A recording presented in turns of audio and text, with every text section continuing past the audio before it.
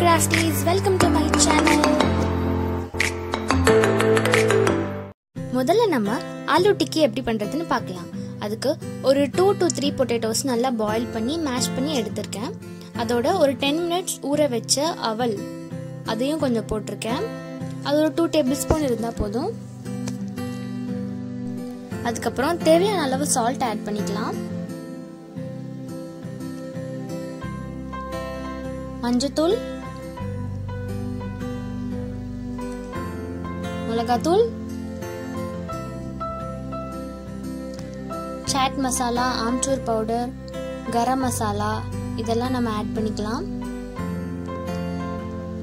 நான் 2 tablespoon breadcrumbs add பண்றேன். அப்பதான் பொட்டேட்டோல இருக்க அந்த மாய்ஸ்சர்லாம் வந்து இல்லாம நம்ம டிக்கி பண்ணும்போது அது நல்லா கொஞ்சம் ஹார்டா வரும். எல்லாத்தையும் நல்லா பிசைஞ்சு வெச்சுக்கலாம்.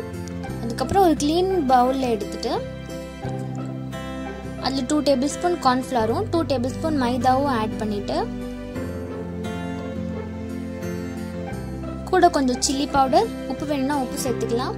அதுக்கப்புறம் கொஞ்சமா தண்ணி ஊற்றி அந்த மிக்சர் நல்லா பேஸ்ட் மாதிரி மிக்ஸ் பண்ணி எடுத்துக்கலாம்.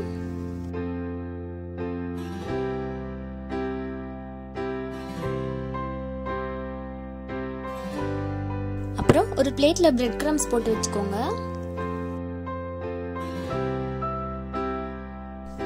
நம்ம ஏற்கனவே பிசைஞ்சு வச்சிருந்த பொட்டேட்டோ மிக்சர் எடுத்து ஒரு சின்ன பால் மாதிரி எடுத்துக்கலாம். சின்ன பாலோ பெரிய பாலோ நமக்கு தேவையான அளவுக்கு எடுத்துக்கலாம். நான் பெருசாக எடுத்திருக்கேன், அப்போதான் பர்கர் கடிக்கும் போது பொட்டேட்டோட ஃப்ளேவர் நிறைய வரும். எனக்கு அதில் 4 டிக்கீஸ் வந்துச்சு.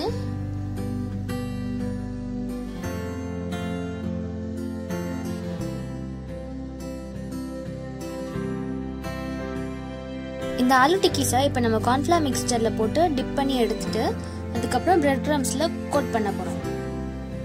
பிரெட் கிரம்ஸ் எல்லா சைட்லயும் நல்லா கோட் ஆனாதான் கிறிஸ்பியா இருக்கும் ஆலு டிக்கி.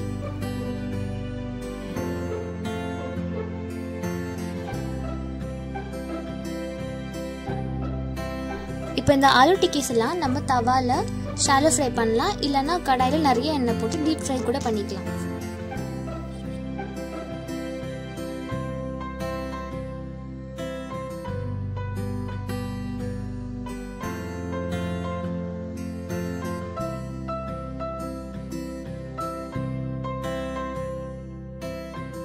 இந்த ஆலு டிக்கீஸை தவால இருந்து எடுத்த உடனே ஒரு சீஸ் ஸ்லைஸா அது மேல நம்ம வச்சிடணும்.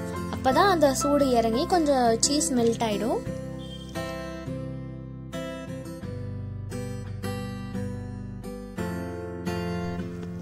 பர்கர் பன்ஸ் எல்லாம் நம்ம டோஸ்ட் பண்றதுக்காக தவால பட்டர் போட்டு பர்கர் பன்ஸை ஹாஃபா கட் பண்ணி 2 சைடுமே நல்லா டோஸ்ட் பண்ணிக்கலாம்.